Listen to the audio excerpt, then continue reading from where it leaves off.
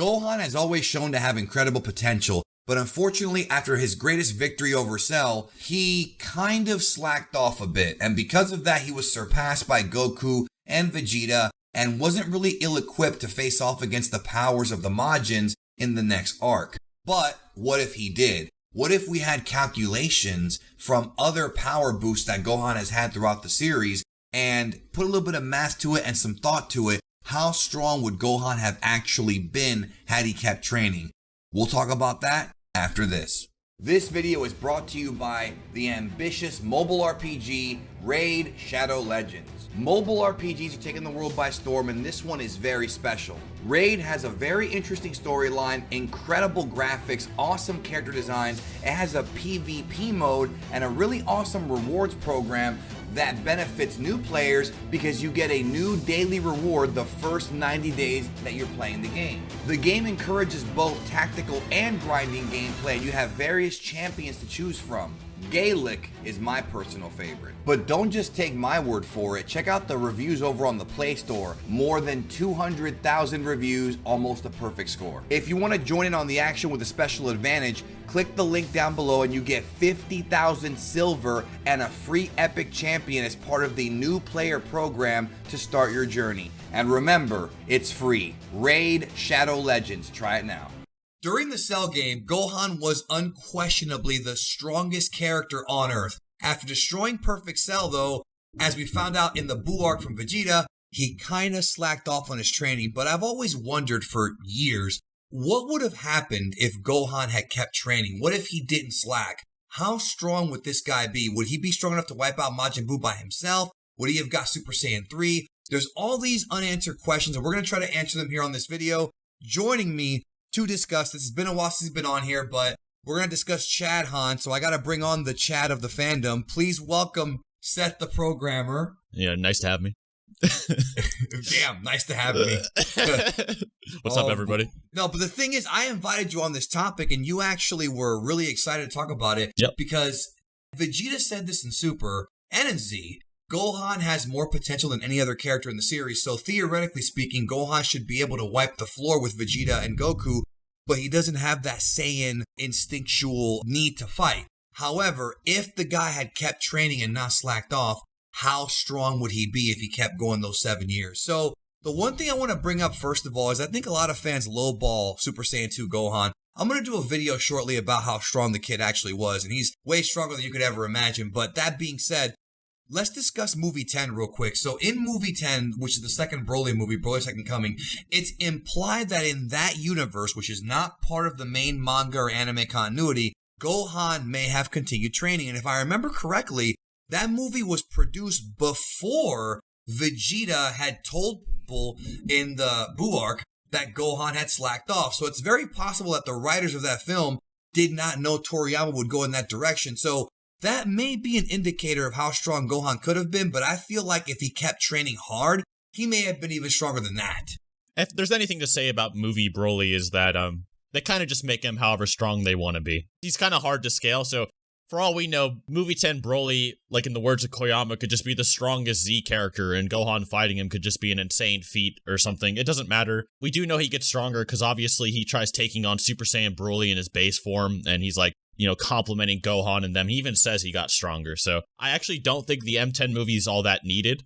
There's actually better scaling in the actual just main series because he already fought Broly when he was younger anyway. The fact that he didn't die instantly is just a feat in itself. So Gohan started the Android saga just being kind of strong, lots of potential. And then by the end of the Cell saga, he was in the Room of Spirit and Time for 1 year with Goku. He got Super Saiyan 1, learned how to do Grade 4, and he tapped into Super Saiyan 2, albeit briefly. And then shortly after got it. So within a year's time, 1 year, he went from being the third or fourth strongest character to being the number 1 strongest Z fighter. We can use that scale, times that by 7. Is it even quantifiable as to how strong he could have been? With Gohan, something that people don't know is that his potential actually gets larger as the series goes on. It's just like Goku. Imagine Goku in Super. The increases he gets in a single fight are so insane compared to Z. In Z, like, he barely got really any stronger versus Vegeta or Frieza. He just kind of transformed or, you know, was able to push his body farther. But then you see him in like the Tournament of Power, and I did a video on this, he gets thousands of times stronger in like 40 minutes. Like, so their potential really does get a lot higher, and this is the same with Gohan. So I don't know if you're aware of this, but there's actually a manga volume cover that shows the training that the characters did for the Android Saga. Yes. And they actually display Goku as a Super Saiyan training Piccolo and Gohan. And this makes sense because Piccolo's like, look, if we can't beat up a Super Saiyan, why show up? Why are we even going to go? And he even tells everyone else that. He's like, if you don't think you can help beat someone that was going to kick Trunks' ass, don't show up. That's right. Makes perfect sense because you're fighting two of them also. Yeah, so it makes sense that Goku would train them as Super Saiyans. And then here's Piccolo. He beats the shit out of Jiro, and he's like, I overtrained. So he himself even thinks that he would smack Trunks when he killed Frieza. What I'm getting at here is that they brought Gohan along as well, but Piccolo is the one that was really hammering in, if you're not useful, don't come. So they brought Gohan along. Gohan even saved Piccolo at one point. So you could actually make arguments that Gohan was easily getting over like 50 times more powerful in just like 3 years or something. Right. In all honesty, is not that crazy compared to what we've seen. A better one is when Gohan starts Z-Sword training. There's actually a statement in the Daizenshu that Gohan's power didn't really change much since he was a kid. Because he slacked off, yeah. He slacked off, and then like he sparred with Goten, and then he just kind of became like Cell Games level, give or take, right? Then he trains with the Z-Sword, and he trains with it for like roughly a day. I don't know the exact time frame, but it's not even more than a day, really. And he's able to go from the Cell Games levels to Supreme Kai and Buu Saga Goku jerking him off, right? Yep. Goku can't even swing the damn Z-Sword very well. He's like gonna snap his shoulder off, and here's Gohan, swinging around like a samurai, right? The reason that's important is because, you have Cell, a solar system level threat, was just clapping Goku, was literally adopting him like he was his son. And then they fight Majin Buu, especially Kid Buu, who's literally threatening to destroy the whole universe in a quick succession of time. Right. Even if you said you can only destroy like multiple galaxies, and that's why the universe was quickly under threat, Gohan would have to get trillions of times more powerful to compete with Goku. Not even mentioning the ultimate power-up as well. So this also is consistent because we see Gohan get way more than just trillions of times more powerful in a few hours in Super. I don't know if you have any more comments for Z, but... Well, the only real comments I have for Z is, we know that Goku and Vegeta both surpassed Gohan. Yep. Because they both trained hard. Goku was able to tap into Super Saiyan 3. I do believe if Gohan and Goku had stayed in communication, which is weird that they didn't, considering they could just put his hand on Kai-Osama's shoulder and just talk to his son. And if Gohan took his training more seriously, it could be possible that Goku could speak to Gohan from the afterlife several times and teach him Super Saiyan 3. So that's also a possibility. But even if you take away Super Saiyan 3, even if you remove that transformation, just Gohan with hard training for 7 years, I believe, truly, could have surpassed Buu Saga Super Saiyan 3 Goku, even without Super Saiyan 3. And to your point, it's because of Super. He trained 2 times in Super. Once when he was getting ready for the Trio of Danger, the Dangerous Trio sparring match in the anime version, and then with Piccolo before the TOP. And during that time, I think he trained with Piccolo for just a couple of hours, was able to tap back into Ultimate Gohan, but this Ultimate Gohan was able to spar with Dispo, who gave Hit trouble. Yep. So think about that. Ultimate Gohan in the Tournament of Power, with just a few hours of training, was able to get to beyond Golden Frieza level. To add on to what you said earlier about Super Saiyan 3 Goku, Super Saiyan 3 is only such a finite multiplier, right? It's not like Super Saiyan 3 is millions of times stronger than base Goku or anything. In fact, the Super Exciting Guide, which actually gave away those multipliers for the most part, right? It actually implies that Super Saiyan 2 and 3 are like actually just linear increases. Like, well, for Super Saiyan, it's like, oh, well, 50 times battle power, and you can debate what battle power means. But for Super Saiyan 2 and 3, it's like, no, just strength.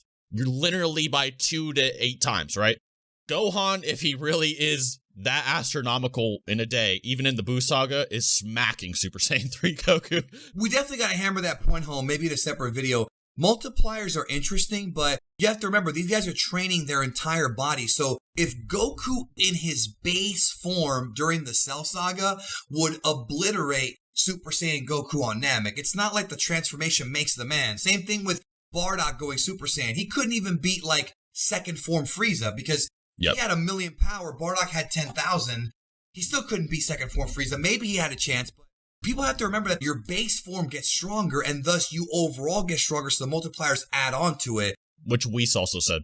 Now, when it comes to Ultimate Gohan, even if Gohan didn't get the ultimate power-up, which was obviously the mystic power from the Supreme Kai, the old Kai, really helped him, if he just did hard training on his regular body, it's astronomical. I mean, again, we saw it where he was able to compete with Dispo, who's the third strongest Pride Trooper behind Topo and Jiren.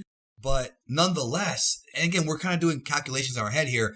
If it took Gohan X amount of time to get Y amount of strong, if we apply that to 7 years, dude, geez, man, he would have destroyed Majin Buu. I really believe that. To go further on your theory, I know I dropped the feat scaling, but to kind of back it up as well, the Supreme Kai is actually stated to be as powerful as Cell Saga Goku as a Super Saiyan. Verbatim stated in a guide, word for word. I can't even make that up. It's very literal. It's El Manga Legendary, by the way. But the Spanish guide. Yeah, that's right.